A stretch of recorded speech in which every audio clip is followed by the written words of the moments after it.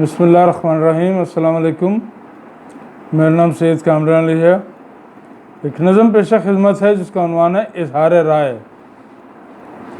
न इब्ने मोहम्मद की वो ज़रबकारी, न वो इब्ने हसनैन की आहुजारी, अली फातिमा के लहू का असर क्या, न मेहनत में अजमत न ही शब बेदारी, न कुरान का दर्द सीने में अपने, न ही अहले बैत नबूवत से यारी।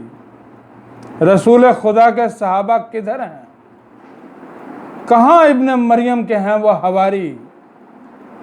नहीं इब्ने मंसूर तबरेज कोई, न वो दिल की हालत न मस्ती है तारी। जहर पी सके फिर से सुकरात कोई, लहू से करे इल्म की आबियारी। सवा नेज़े पे ना तो सूरज ही आए, न काम आए इब्ने अबू बकर की जानिसारी। ये जालिम रसूम और रिवाजों के चक्कर है, कुरान से शादी कहीं कारोकारी। कहाँ है वो मुनसिफ नहीं देखता क्या, गधे शेर पर कर रहे हैं सवारी।